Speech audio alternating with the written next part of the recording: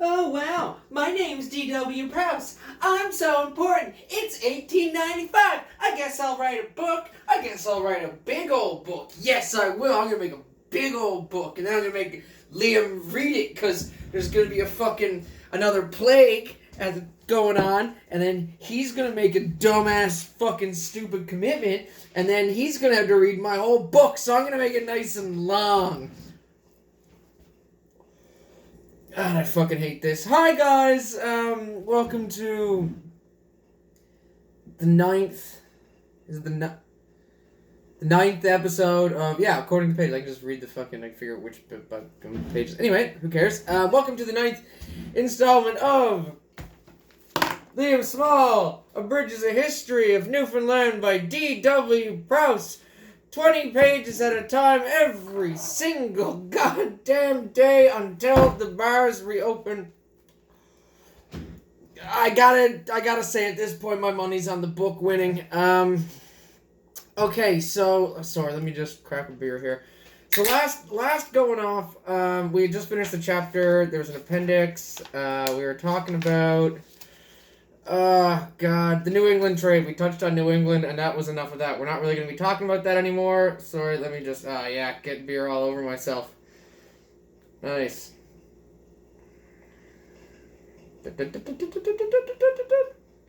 Black Horse. Okay, so, starting out. Okay, so, this is going to be chapter 7. No. Not chapter 7. Yes, chapter 7. Chapter 7. It's called this is called the Reconstruction period. Chapter 7 is covering the period between Charles I and Charles II. There wasn't an immediate succession. There was about 11 years in between or something like that. So, as always, at the start of a chapter, we just have some important dates here. 1649. On July 24th, notification to colonies that there'd be a change in government. Why? It's because Charles I got himself fucking executed. Got his head chopped off for treason. Anyway, 1650, there was a warrant served by Matthews against Redwood of St. Mary's. Newfoundland at this time probably contained 350 families, or about 2,000 inhabitants, in 15 settlements between Cape Race and Cape Bonavista. So it's just a little census report. In 1653, we have Treworgie. Oh, God. Treworgie. If I say Treworgie, that is definitely not his name. I'm going to call him True George. True George is the sole governor. True George arrested in 1654. Treworgie, was arrested by Kirk, and he was in prison. Remember, Kirk's the prick. Then, at the same time, we have the death of Sir D. Kirk in prison at the suit of Lord Baltimore. So I guess, Kirk gets, anyway, a spoiler alert. I think he just spoils the whole chapter at the beginning. Skip a few dates. And in 1659, Treworgie petitions for payment of 6 years' salary. Sounds like he's getting screwed. Let's find out how. Okay, so right off the hop, I have, there's a lot going on. There's going to be I think there's going to be a bit in this episode of just information as we go through two periods. So there's a lot going on. I'll just read it. So there's a new government established. There's people killed. There's the downfall of monarchy with Charles I being done away with, which I can only assume is completely his fault. Let's check out how he died. He had his head cut off.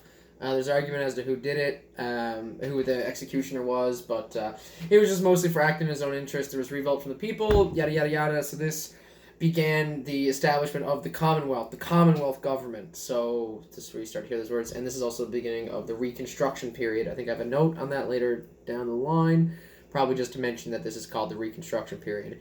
So the stirring events of the Great English Revolution, the judicial murder of the king, the downfall of the monarchy, and the establishment of the Commonwealth seem to have had marvelously small effect on the English colonies. One plucky little island, Barbados, alone stood in arms for the fallen monarch. So everybody else was happy to see Charles I done away with, except for Barbados, who held the party line, Barbados. Good one, Barbados. Nice looking out. Yeah, but they held the. Yeah, that was them. The colonies weren't really affected by it. And it was sort of business as the law and the governance carried on pretty much as what they were. They were sort of untouched by the rules. But that's not to say that things were good, because the trade in Newfoundland had gone down from like 270 English ships when King James was around to about like 100 ships coming over from England now and stuff. It's just basically it's hard to get trade done when there's fucking pirates and English cruisers and like people going on all the time. It's just hard to like operate like normal. So people were scared. People didn't want to get robbed. People, you know what I mean? There was just tough times all around. War and shit. Civil war, I should say.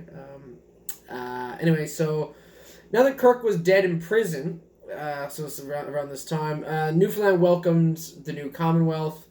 And the government began its policy. Oh yeah, the government began its policy of the Protector of Newfoundland, which I think is a really cool title. Imagine being the Protector of Newfoundland, which I think just means governor from the crown, the new crown. I just have a quote here on page 160.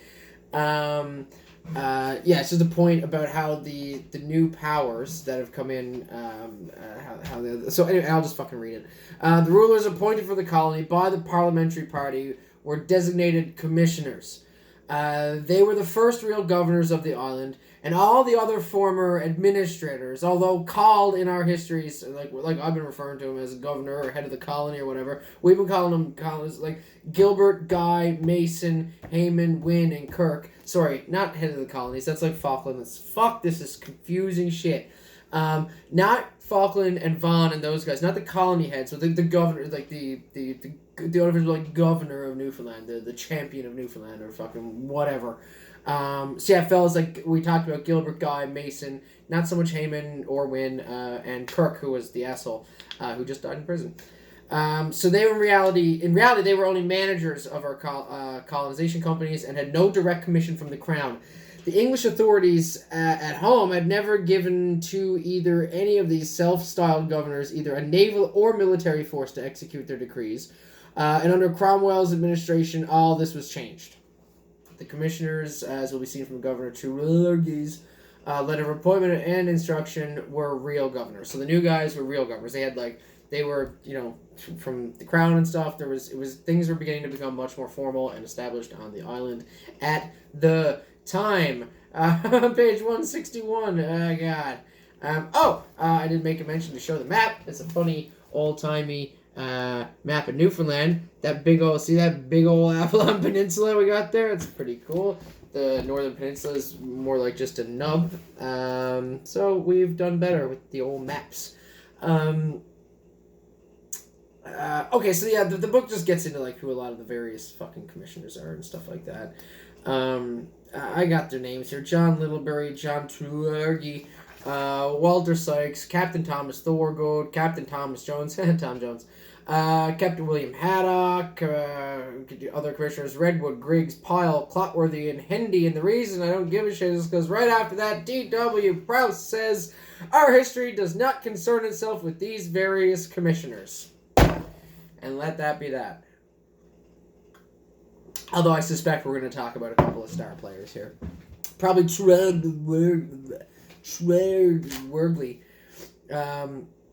Mr. Sykes Cook, yeah, what they were like. Here we go, yeah. Of course, page 163. The most distinguished name in the annals of Newfoundland during the Cromwellian period is John Truorgy or Truorgay. Truorgay. That can't be his name.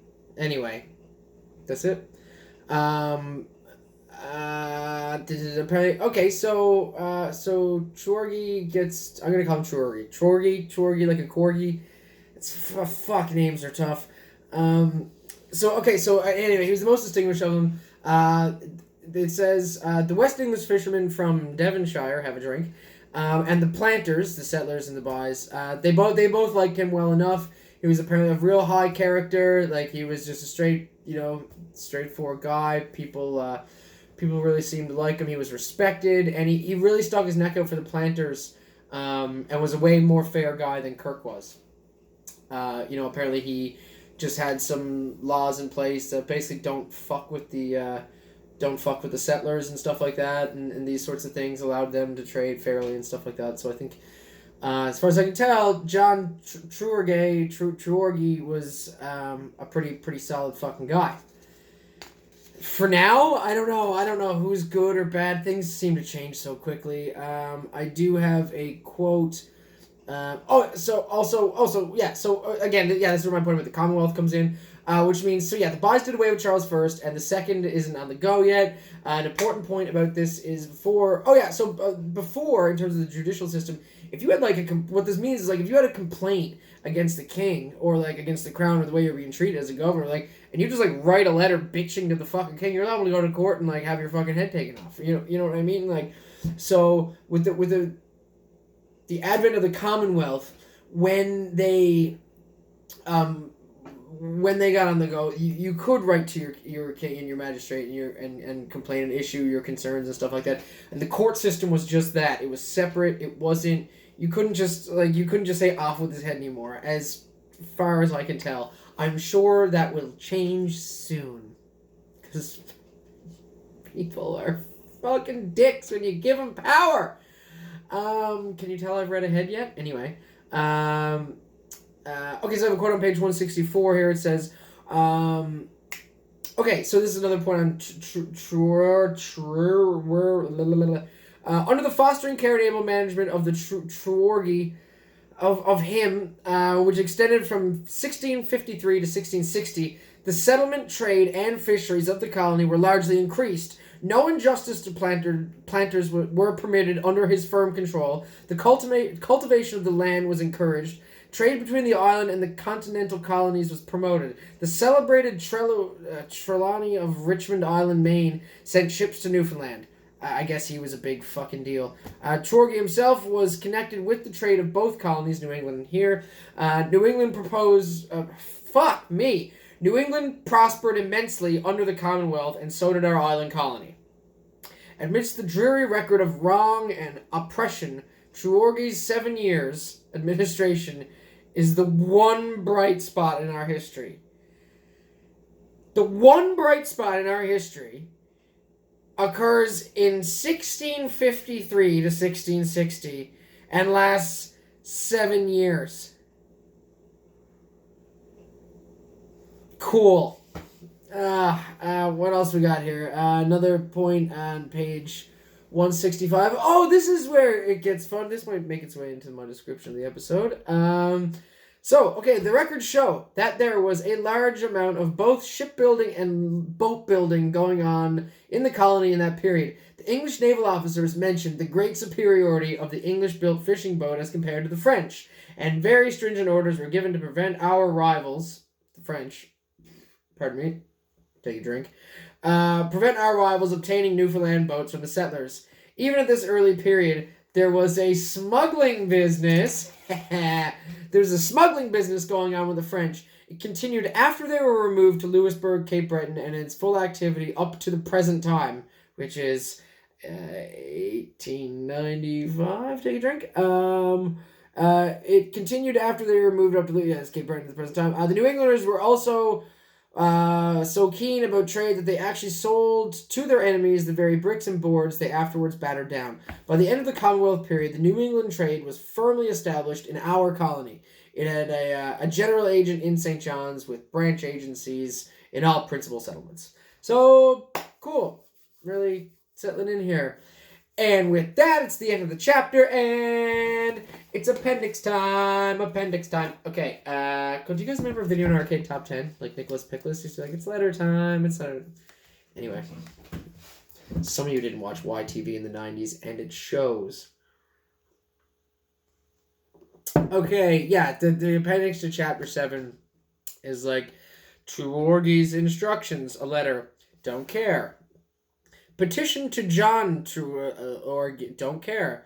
Mr. Povey's report, May 11, 1660, and I don't know, this might surprise you, but I don't care. So moving on to chapter 8.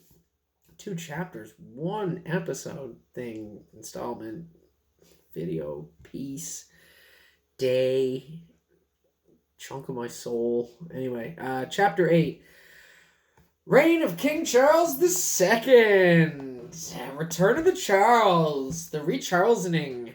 Okay, so at the top of the chapter we have some dates here. We have 1660 is when the reign of Charles II starts. In 1661, there's fucking 2 pages of these. I'm not going to read them all out, but there's a couple I noted. In 1661, there's a petition of Lady Kirk that she and her children are starving. Letter from Hill to Kirk in September. So, Kirk's family's not doing so great. He died in prison, and they told the family to go fuck themselves, I guess. Sorry, it sounds like he was a real prick anyway. 1660, that's not fair to her kids and her, but they're all dead now too, anyhow. So, as it were, 1662, Placentia founded by the French. It's going to be important. Sorry, I got to get my elbow off the table. I know I'm doing the Cloverfield thing here. Placentia founded by the French in 1662, immediately after the ascension of Charles II, who was a vassal of France, Louis XIV. After the France, Louis XIV sent out 150 men, guns, and ammunition of war to Placentia. Baltimore obtained renewal of his patent. Matthew sent by... who fuck cares? 1663, mayors and company instructed to enforce an order prohibiting masters of vessels from carrying settlers to Newfoundland, which can't be good for getting settlers to Newfoundland. Fisheries. Oh yeah, this is cool. Fisheries were exempted from tax or toll in an effort to boost the markets. The celebrated James Young in Newfoundland as a surgeon. We got ourselves a surgeon, which was probably good. People are squishy and dumb. In 1664, deposition and complaint made to King Charles II of French proceedings in Grand Placentia in 1662, when, as sworn by fucking God, it's wordy. Anyway, first agitation against the French in Newfoundland. So the first fucking French, English in Newfoundland happens in 1664. In 1665, I have a first rendition of Sir J. Charles' Discourse. Position of Newfoundland fishery fully debated with reference of the Dutch war. Only one ship of Dartmouth to go out in June. De Ruyter, Dutch admiral. A Dutch admiral plundered and destroyed St. John's and several other harbors. I didn't even fucking know that the Dutch also destroyed. How many times has St. John's been destroyed? The French got 2. The Dutch got 1. Was it best 3 out of 5 or fucking? Anyway, we'll hop forward to 1673. Here we go. Dutch squadron of 4 ships plundered by Kirk's at Ferryland, but beaten off from St. John's by Christopher Martin, the lead singer of Coldplay. The king appointed a select committee to take the dispositions and blah, blah, blah. In 1674, orders made by the commissioners of trade and plantations forbidding planters to inhabit within 6 miles of the shore. So we're back to being dicks to the original settlers and planters now, again. So you're not even allowed to, is it be or inhabit? You can't inhabit within 6 miles of the shore. Is it miles? Are we into metric now? Nope, we're not in metric. Yep, still imperial. It's 1674. Not anymore, because now it's 1676. And in 1676, the Dutch reported to have destroyed many French fishing vessels. I felt that was important about an hour ago. 1677, order sent on March 28th by their St. John's merchant, I don't know what that is, directing ship fishermen not to molest the settlers. Word to the wise, don't molest anybody, but I'm sure it meant don't fuck with the original inhabitants. Bully them, extort them, make them feel bad about themselves, shame them, etc. In 1681, Destrick and Mullins report of Placentia. The fort is in ruins. 22 Basque vessels from the port of Passage, fishing and whaling in Newfoundland. French attempting to prevent Basque fishing in their neighborhood. Captains Talbot and Stories on the coast. Bad fishery. That's a full sentence. It says right there. Just bad fishery. Just a bad fishery. 1684, Captain Wheeler of the HMS Tiger reports on French settlements and fishing. No wood to be had within 2 miles of St. John's. Good fishery. So, well, we turned it around in 3 years. That's good. We went from bad fish. Pardon me, take another drink. I went from bad fishery to good fishery. Okay, so The Commonwealth lasted 11 years. I mentioned that, so that was from 1649 to 1660. We just went through the slew of important dates. Now, we are in the Restoration period, I guess, which I can only assume means restoring the monarchy. We're restoring it to them good old days, because things under Charles I were so deadly. We're going to do Charles a second time. We're in the rest of Cromwell is dead now. So Cromwell, who was the head of the Commonwealth government in England think of it as like an interim king, but not a king. He was like a government, like a fucking suit. Or I guess at the time a robe, probably a fake wig. Definitely a fake wig. Okay, so, it says apparently information about our colony is much fuller in this period. Oh, join more information. That's good. We can go through more records and shit. Okay, on page 72, pardon me, that's not the COVID, that's just, you saw the thing I was smoking before. It's page 72. From the records, reports of naval officers, we get better ideas. Oh, this is interesting. Okay, so I'll read it. From the records, reports of naval officers, which began in this reign, and private letters, now for the first time published, we are able to give a pretty accurate description of Newfoundland under the Restoration period. It was an unfortunate change for the poor colony, which happens to us. Charles the Father had chastised the settlers with whips. The dissolute son chastised them with scorpions. Like, holy shit. I can only hope that's like hyperbole. I can only hope that's hyperbole. But DW does say, lest I should be accused of exaggeration. Oh, God. Pardon me. Lest I should be accused of exaggeration in the matter of the expulsion of the settlers in this reign, I have given in all possible cases the official documents, or when too long, because God forbid this be long, a resume of their contents. Information about the colony is much fuller in this period. I just mentioned that.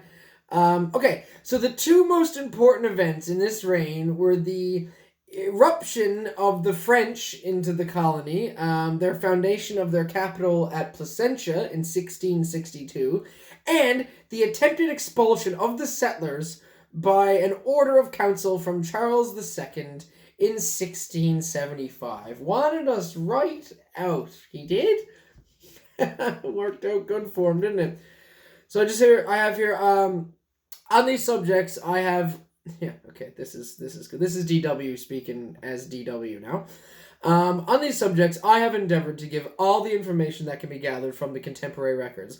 I've been obliged, from want of space, to omit the long discussion before the council obtained in Secretary Williamson's notebook, a very interesting paper from Sir R. Robinson in favor of a governor, and numbers of naval reports. Well, thank you, DW. Thank you for keeping it concise, because I wouldn't want to have to take too long to get through this fucking thing. What else do you have here? I've stated the main argument on both sides, all that space would permit. My endeavor has been to give... this is rich, too. My endeavor has been to give my readers a general view of the actors performing on the Newfoundland scene, to bring to life the dead and forgotten Terra Novian heroes of those days. Well, thank you, DW. In the name of keeping it brief... you introduced your fucking thesis statement on page 172. So, I mean, well, space will allow, right? This fucking book. Anywho's'll be, King Charles II got right down to work and imposed some laws, like, he was trying to make people observe Lent again, which would boost, fishing and, like, Catholicism, religion.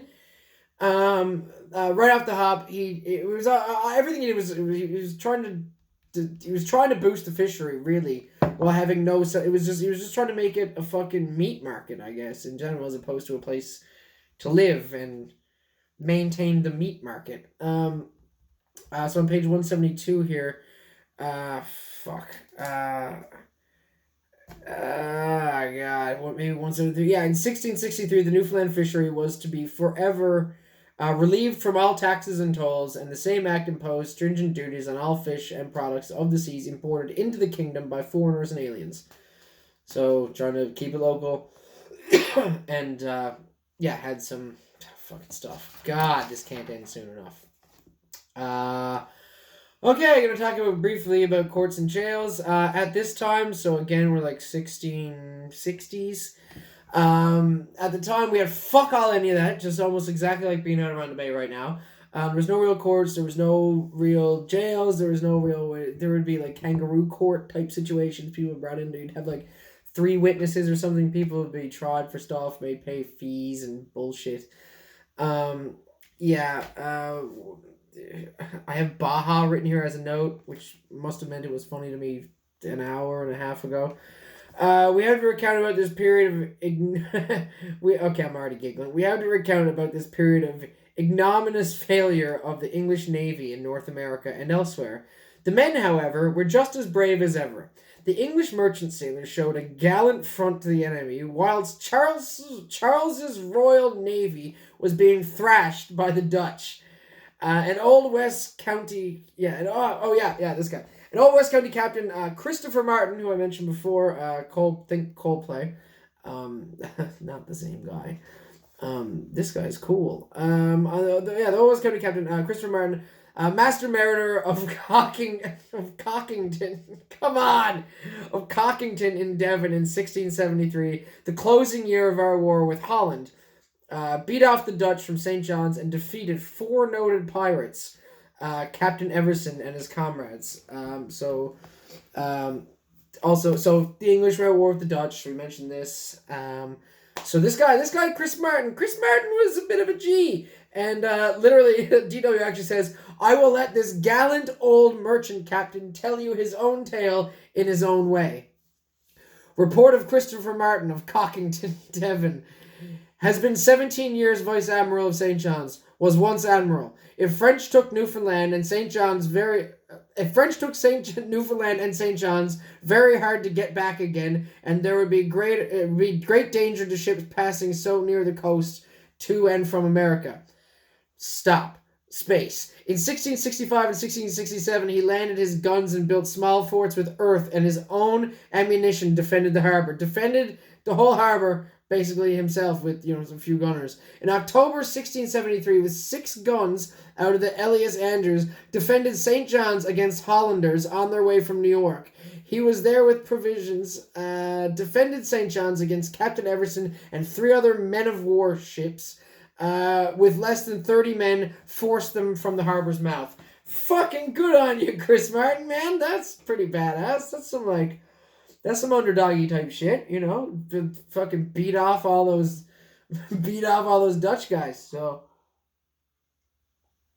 I don't know if beat off meant the same thing it does now as it did in 1895. Anywho, many strenuous efforts were made. Wait, make sure I get this right. Yeah, many strenuous efforts were made to obtain the commander-in-chief for the colony. Right. So now we're talking about how we get into the idea of trying to establish a governor. Because again, now we're in a period where there's no real. Now that there was the Commonwealth, and now that we're into Charles II, now they want to have an actual governor, sort of like our premier. There hadn't really been much anything like that at the time. There was informal stuff, informal leaders and shit. Now we actually want to have one, and there's some shit in here about establishing the governor and who applied and who they were and what they were like and who really gives a fuck, to be honest with you. So we're gonna jump past that shit and get into whatever's next. I'm pretty. One of them will emerge as the governor. We'll get to it. In case you're dying to know. At the time, the estimated population of the island varies to a great degree. We're not sure really why. Could be census fucking up. They were fucking with planters and stuff. Planters didn't want to be known that they were there. My God, I had a burp a lot. Most important aspect of the reign of King Charles, though, basically, King Charles II, that is mostly the occupation of the island by the French, apparently. Read pages 176 and 177. Okay, so I will do that. I will listen to me. By far the most important event in the reign of the occupation is the occupation of the island by the French. Nailed it. Okay, it may be argued that the assumption as to the turpitude of Charles in this transaction is based on very slender grounds. The transaction being giving over parts of the island to the French at the end. It was fucking stupid. It says, I do not think so. The character of Charles is so vile, to use a Newfoundland expression, we would not put it past him. He gave up Dunkirk at the very same time. To fitly describe the epoch in English annals known in our histories as the happy restoration of our sovereign Lord King Charles. One has to borrow the epithet which an American authoress applied to the administration of Indian affairs in the United States. A century of dishonor. And truly, the sovereignty of Charles II was a veritable reign of infamy. Fire and plague decimated... Jesus Christ. Fire and plague decimated the land. To these terrible calamities were added the horrors of war. And we were defeated... So when he says we mean like English. We were defeated by the Dutch. The enemy's guns were heard in London, destroying Sheerness and the shipping in the river. Never since the Norman conquest had England suffered such humiliation. The crowning disgrace of the reign, however, was the secret treaty between Charles and Louis XIV, by which England became the vassal of France. English policy, foreign and domestic, being virtually governed by the French king. Out of this arose the war with our ancient allies, the Dutch. Turns out it was the Dutch were our ancient allies whole time. The Dutch. Oh yeah, and like Saxons and. I thought they were Vikings. Fuck, man, history is Tangletown, isn't it? It's so hard. There's another map. Newfoundland looks a little bit better than the one I showed you earlier. God, we're at 32 minutes. All right, I'm gonna fucking barrel through the end of this now. We're pretty much there, you guys. Home stretch. So this thing about the French, giving over to the French. The details of this arrangement are now published, but there were many other questions agreed upon that only these two conspirators and their immediate confidants, two conspirators being the King of England and the King of France. Amongst these was doubtless the agreement by which all southern and western portions of Newfoundland from Cape Race to Cape Ray were passed over to France. During both the administration of Cornwall and the reign of Charles I, no foreigner had attempted to make a permanent settlement in Newfoundland. Up till 1662, no Frenchman had ever lived a winter on the island, which is kind of an interesting point. Now they've set up Placentia and shit like that. Charles II sucks. The re-Charlesoning has been a dramatic failure. The southern western portion from Cape Race to Cape Ray were given over to the French. The king was helping the French settle. Which explains how they settled Placentia in 1662, right? Because it was the first one settled. So that whole thing, Placentia happened as a deal and a result of King Charles II selling us out to the French, and then that's pretty much it for that. And thus concludes episode fucking I don't even know anymore of Liam Small, Abridges, A History of Newfoundland by D.W. Prowse.